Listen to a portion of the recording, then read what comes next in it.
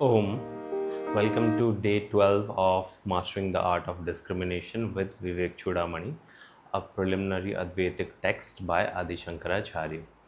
हमने विज्ञानमय कोश तक देख लिया था, पंचकोश विवेक की चर्चा चल रही थी। 207 वर्स नंबर 207 से आज हम देखेंगे आनंदमय कोश के बारे में। पहले 3-4 वर्सेस आनंदमय कोश के बारे में है, फिर आत्मा के स्वरूप का वर्णन है। टिल 225 तक है आत्मा के स्वरूप का वर्णन। तो 207 देखते हैं। आनंद प्रतिबिंब चुंबित तनुर्वृत्तिस्तमो जृंभिता स्याद आनंदमय प्रियादि गुणकः स्वेष्टार्थ लाभोदय।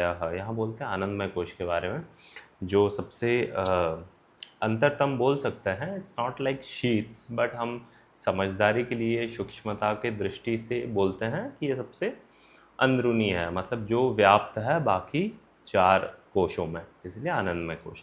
आप अगर विचार करेंगे तो जैसे प्राणमय व्याप्त है आपका अन्नमय में, मनोमय व्याप्त है प्राण में, विज्ञानमय व्याप्त है बाकी तीनों में, तो वैसे ही आनंदमय व्याप्त है बाकी चारों में। तो आनंदमय कोश जो है, ये जो है अविद्या का एक विकृति है बोल सकते हैं, अविद्या का ही एक फॉर्म है जिसके चलते हमें आनंद की अनुभूति होती है। सुषुप्ति में इसका प्राधान्य रहता है, सुषुप्ति में ये पूर्ण तरह रहता है आनंदमय कोश। सुषुप्ति कैसा होता है? सुषुप्ति में एक प्रश्न है कि सुषुप्ति जो है वो तमो प्रधान होता है, लेकिन उसमें आनंद की अनुभूति होती है, कैसे होती है? तो इसका समाधान ऐसे होता है कि ये सत्वगर्भित तम जो होती है वो बाहर से ढका हुआ होता है, अंदर गर्भ में होता है सत्व। तो आप जिस चित्त की एकाग्रता में आप जब सुषुप्ति को जाते हैं, तब जो सत्व प्रधान चित्त की एकाग्रता है वो ढक के, तम से ढक के या फिर अविद्या से ढके हुए रहती है, और उसका आनंद अनुभव होता है हमें जागने के बाद, इसीलिए हम कहते हैं आनंदम अस्वाप्सम। सो ये जो अविद्या है, जो स्वरूप को अपने गर्भ में लेके चलता है, ये सोचिए अविद्या भले ही तामसिक हो स्वभाव, लेकिन जो आत्मा का स्वरूप है उसको इसने ढका हुआ है। अविद्या इज बेसिकली न विद्या, जो ज्ञान स्वरूप है उसको ढक दिया है संस्कारों से। आपके जो जीवहुड, आपने जो मान्यता अपने आप पे ले ली कि आप जीव हो, और उसके चलते आपके अनेक कर्म हो गए, अनेक संस्कार हो गए, संस्कार से आपका स्वरूप ढक गया है। तो जो ढका हुआ है वो तो स्वरूप है ही विद्यमान, सिर्फ ये जो कवरिंग के चलते आप उसको कंप्लीटली, आप वो आनंद को एक्सपीरियंस नहीं कर सकता है। सुषुप्ति में क्या होता है? सुषुप्ति में जो होता है वो सिर्फ अज्ञान से ढका हुआ होता है। संस्कार जो है बीजात्मक कारण शरीर से वो ढका हुआ होता है, तो उसकी अभिव्यक्ति होती है, आप इसीलिए आनंद को एक्सपीरियंस करते हैं। जबकि जागृत और स्वप्नावस्था में क्या होता है? विक्षेप अवस्था आ जाती है। जो ढकाव है, ढकाव में बहुत सारी चीज़ें मैनिफेस्ट होते हैं। जो आपके संस्कार हैं, वो संस्कार और वासना है, वो मैनिफेस्ट होते हैं फिजिकल फॉर्म में, और वो मैनिफेस्टेशन जो है आपके अंडरस्टैंडिंग के हिसाब से आप उसको दुखात्मक ले लेते हैं, या फिर जिस स्तर पे लेते हैं, क्षणिक आनंद या फिर छोटा आनंद, प्रिय, मोद, आमोद 3 स्तर बताए जाते हैं। तो आप जिस स्तर का उसको अनुभव करना चाहते हैं अपने बोध के हिसाब से, उस हिसाब से वो आनंद को अनुभव करते हैं। परंतु सुषुप्ति में लगभग पूरा ही अनुभव करते हैं आप आनंदमय कोश को, या फिर स्वरूप का जो आनंद है उसको, क्योंकि वो सिर्फ ढका हुआ रहता है, विक्षेप शक्ति कुछ नहीं होती है, सिर्फ केवल आवरण रहता है वहाँ पर।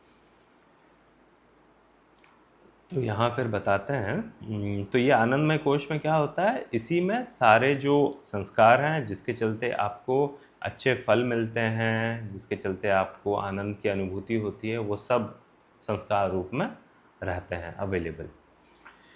फिर आगे 208 में बोलते हैं आनंदमय कोशस्य सुषुप्तौ स्फूर्ति उत्कटा। ये हमने जो विचार किया कि आनंदमय कोश की जो स्फूर्ति होती है वो टोटली होती है सुषुप्ति में, क्योंकि ये सिर्फ ढका हुआ है। जब ढका हुआ है, आप उसके अंदर जो भी है यू आर एक्सपीरियंसिंग इट।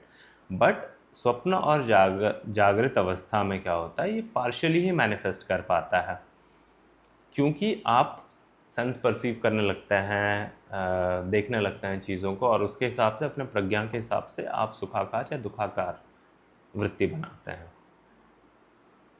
फिर 209 में बोलते हैं नैवायम आनंदमयः परात्मा सोपाधिकत्वात् प्रकृतेर विकारात। यहाँ बोलते हैं ये आनंदमय कोश जो है, जिसकी अनुभूति हमें सुषुप्ति में होती है।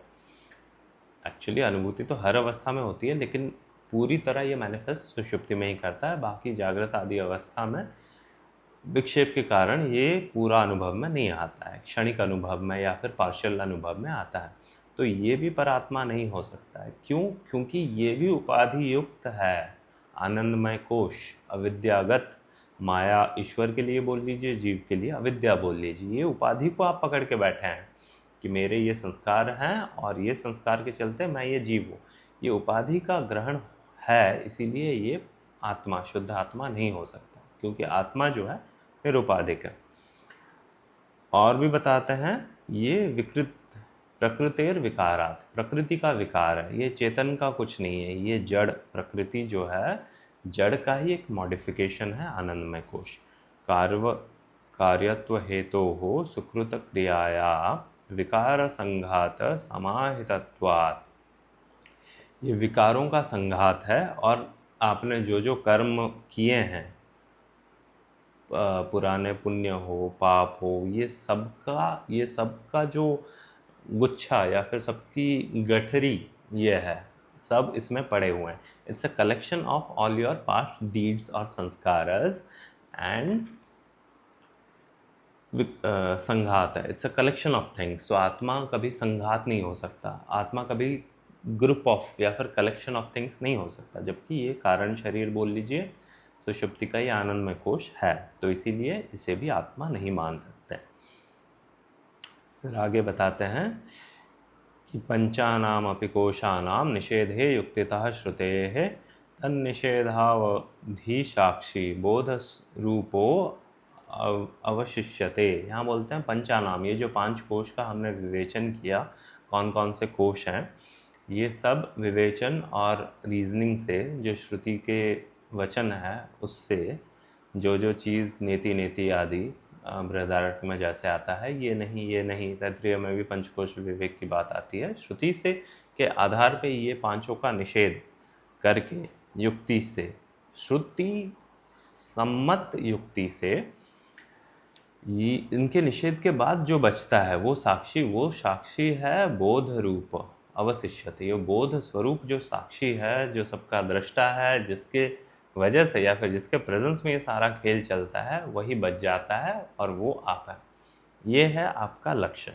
इस स्थिति में पहुंचना, पूरे अद्वैत वेदांत सारे शास्त्रों के अध्ययन का परिणाम ये होना चाहिए। फिर 211 में बोलते हैं यो अयम आत्मा स्वयं ज्योति ही पंचकोश विलक्षणः। आत्मा का स्वरूप बोलते हैं, ये आत्मा जो है स्वयं ज्योति है, सेल्फ एफल्जेंट है, मतलब इसको किसी के प्रकाश की ज़रूरत नहीं है, क्योंकि इसके प्रकाश से सारी चीज़ें प्रकाशित होती हैं। और पंचकोश से अलग है ये, क्योंकि 5 कोश क्यों नहीं है हमने देख लिया। अवस्था त्रय साक्षी, 3 अवस्थाओं का साक्षी है, जागृत स्वप्न सुषुप्ति, तीनों अवस्थाओं का साक्षी है ये सन। निर्विकारो निरंजन है, ये विकार रहित है, इसमें कोई ये मॉडिफाई नहीं होता है, ये एज इट इज़ है। It's an absolute principle. Relative होता तो इसमें मॉडिफिकेशंस होते हैं, विकार होते हैं। निरंजन, अनटेंटेड बोल लीजिए, अविद्या का कोई अंजन नहीं है इसमें।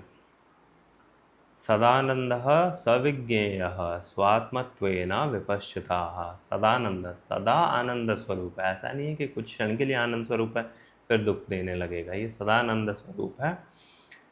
और इसको आत्मत्वेन, मतलब मैं ही हूँ ये, ना कि कोई दूसरा ये वस्तु है। It's like experiencing it as your own self.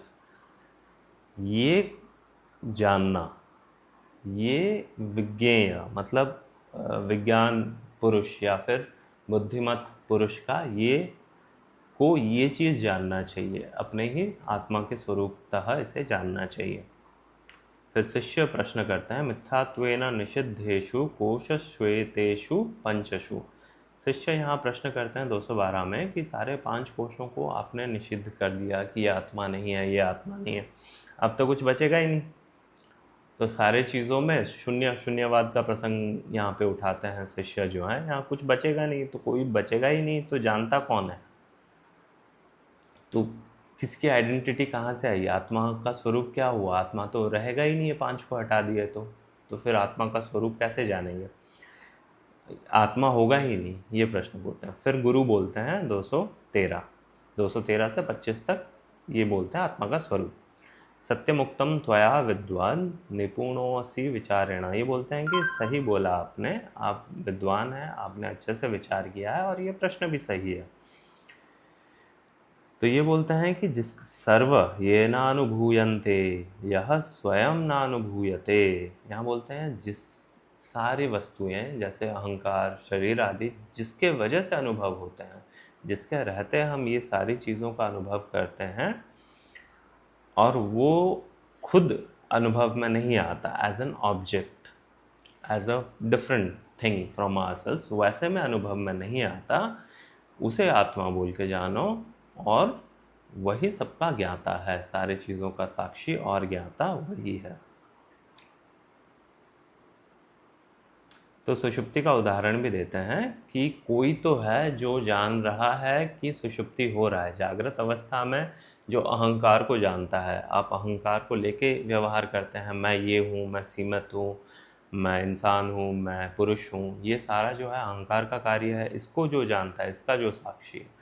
और सुषुप्ति में मैं कुछ नहीं जानता, मतलब प्रमाता या फिर अहंकार जो है कुछ नहीं जानता। ये नहीं जानने को जो जानता है उसे कहते हैं साक्षी। वो सब कुछ जानता है, वो ज्ञान स्वरूप है। फिर 215 में बोलते हैं,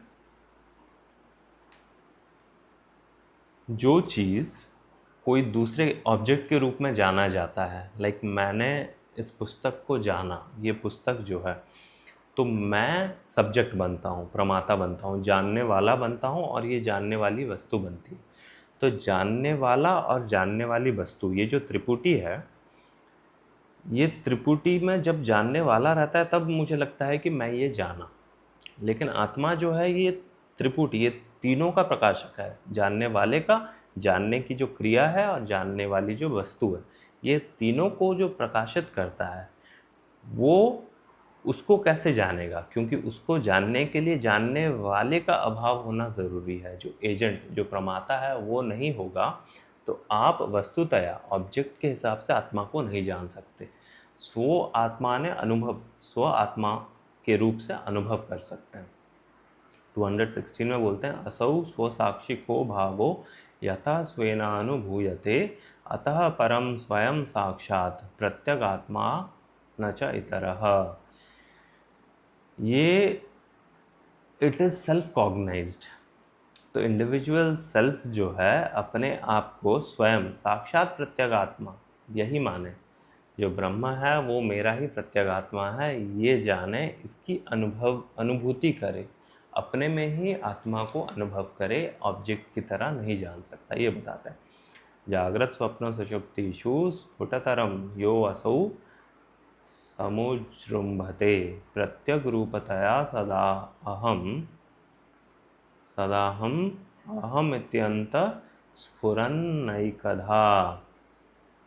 तो जो चीज़ सपने में, जागृत, सुषुप्ति तीनों अवस्थाओं में अहंकार आदि में जो मैं इस रूप से अभिव्यक्त हो रहा है, अहंकार बुद्धि इसमें जो अभिव्यक्त हो रहा है, ये सबका जो साक्षी है वो नित्य निरंतर है। इसीलिए इसमें व्यक्ति हो रही है कि मैं जान रहा हूँ, इसकी अभिव्यक्ति हो रही है।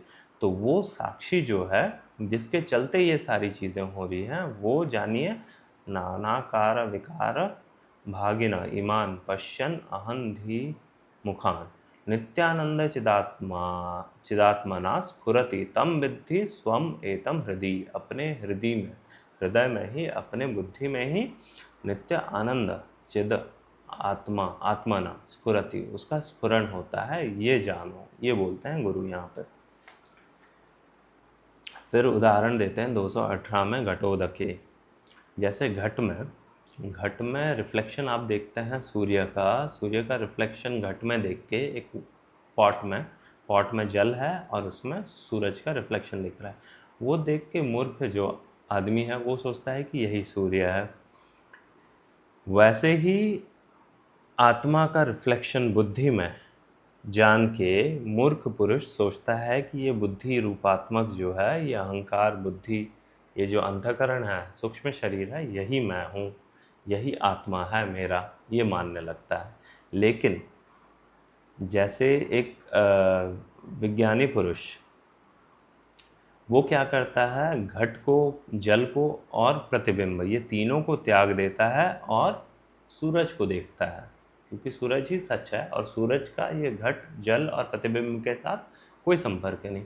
वैसे बुद्धिमानी पुरुष, ज्ञानी पुरुष ये जान लेता है कि आत्मा का ये बुद्धि, मन बुद्धि और शरीर जिसमें मुझे अनुभव हो रहा है, इसके साथ कोई संबंध नहीं है, और अपने आप को उस आत्मा के साथ ही आइडेंटिफाई करता है, या फिर अपने आप को जान लेता है कि वो ही आत्मा है और वो विलक्षण और इंडिपेंडेंट है ये तीनों से। फिर 220 से 222 तक बोलते हैं, एहम धियम चित प्रतिबिंबमेवं विसृज्य बुद्धौ निहितं गुहायां द्रष्टारमात्मानम् अखंडबोधम सर्वप्रकाशम सद्विलक्षणम। यहाँ बोलते हैं शरीर, बुद्धि और रिफ्लेक्शन जो चिदाभास है, ये सबको डिस्कार्ड करके, ये सबको विहाय डिस्कार्ड करके, विटनेस जो साक्षी है, जो चिदानंद रूप है, जिसके वजह से सारा कुछ प्रकाशित हो रहा है, सारा मैनिफेस्ट हो रहा है, वो बुद्धि में उसका प्रतिबिंब जो हमें अनुभव में आ रहा है, उसे पकड़ के वो उसे जाने। और उसका स्वरूप क्या है, वो बोलते हैं उसका स्वरूप जो है वो सद असद विलक्षणम, मतलब सूक्ष्म और स्थूल से विलक्षण है। जो दिख रहा है, जो नहीं दिख रहा है, वो दोनों से विलक्षण है। बाहर अंदर नहीं है, सीमित नहीं है, परिच्छिन्न नहीं है, और वो अपने से उसके साथ, अपने को उसके साथ आइडेंटिफाई करता है, अपने को वो आत्मा स्वरूप है जान लेता है। जान के नित्यम विभुम सर्वगतम सुसूक्ष्म अंतर वही शून्य, ये जान के विपापमा वीरजो विमृत्यु हो, मृत्यु, पाप और रज, ये तीनों से मुक्त हो जाता है, दुख, और ये खुद ही स्वयं आनंद स्वरूप हो जाता है। विशोक आनंद घनो विपश्चित, आनंद घन स्वरूप हो जाता है, क्योंकि जो आनंद स्वरूप है, जिसको आवरण अविद्या ने ढका हुआ था, वो ढकाव, वो आवरण नष्ट हो जाता है, तो वो अपने स्वरूप में स्थित हो जाता है, स्वरूप को जान लेता है, स्वरूप में स्थित रहता है। तो इसीलिए और कोई उपाय नहीं है अपने आप को जाने बिना इस संसार भवरोग से मुक्त होने का। 223 में बोलते हैं, ब्रह्मा भिन्नत्व विज्ञानम भवमोक्षस्य कारणम येन द्वितीयम आनंदम ब्रह्म संपद्यते बुधई। तो अपने आप को ब्रह्म, ये जानना ही मुक्ति का कारण है। मुक्ति इसी से होती है, केवल ये जान लेना कि मैं ब्रह्म हूँ, शरीर नहीं हूँ। इसी से ही वो बुद्धिमान व्यक्ति ये ना अद्वितीयम आनंदम ब्रह्म को प्राप्त करता है, या फिर हो जाता है। 224 वर्स में बोलते हैं, ब्रह्म भूतस्तु संसृत्यै विद्वान नावर्तते पुनः। एक बार जान लिया कि मैं वो आनंद स्वरूप हूँ, आवरण नष्ट हो गया, तो वो पुनः इस भव बंधन में नहीं पड़ता है, पुनर्जन्म मृत्यु में के चक्कर में नहीं पड़ता है। इसीलिए इसे जानना ही चाहिए, विज्ञातव्यम अतः, इसीलिए इसको जानना ही चाहिए, ऐसा बोलते हैं। सम्यक ब्रह्मा अभिन्नत्व त्वम आत्मनः, अपने को अच्छे से जानना चाहिए कि मैं, मेरा जो आत्मा है और ब्रह्म है, ये दोनों अभिन्न है। 225 में बोलते हैं, सत्यम ज्ञानम अनंतम ब्रह्म विशुद्धम परम स्वतः सिद्धम नित्यानंदैकरसम प्रत्यग अभिन्नम निरंतरम जयति। यहाँ ब्रह्म का स्वरूप बोलते हैं सत्यम, क्योंकि हमेशा वो विद्यमान रहता है, सद वस्तु है, उसका अभाव कभी नहीं होता, इसीलिए बोलते हैं सत्यम। ज्ञानम, क्योंकि ये ज्ञान स्वरूप है, इसका स्वरूप जो है चित मात्र है, चिन्ह मात्र है, चिन्मय है, ज्ञान है, इसीलिए ज्ञानम। अनंतम, क्योंकि ये परिच्छिन्न नहीं है, देश, काल और वस्तु से परे है, ये तीनों परिच्छिन्न से अलग है ये, क्योंकि ये परिच्छिन्नता इसमें कल्पित है, तो ये अवश्य ही परिच्छिन्नता से परे है।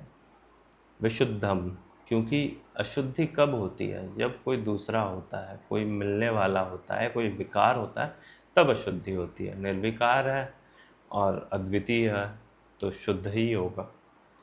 परम स्वतः सिद्धम, इसे सिद्ध कोई और नहीं कर सकता, क्योंकि बुद्धि जो है, बुद्धि इसके रिफ्लेक्शन को लेके अपने आप को प्रमाता मान लेती है, जानने वाला मान लेती है।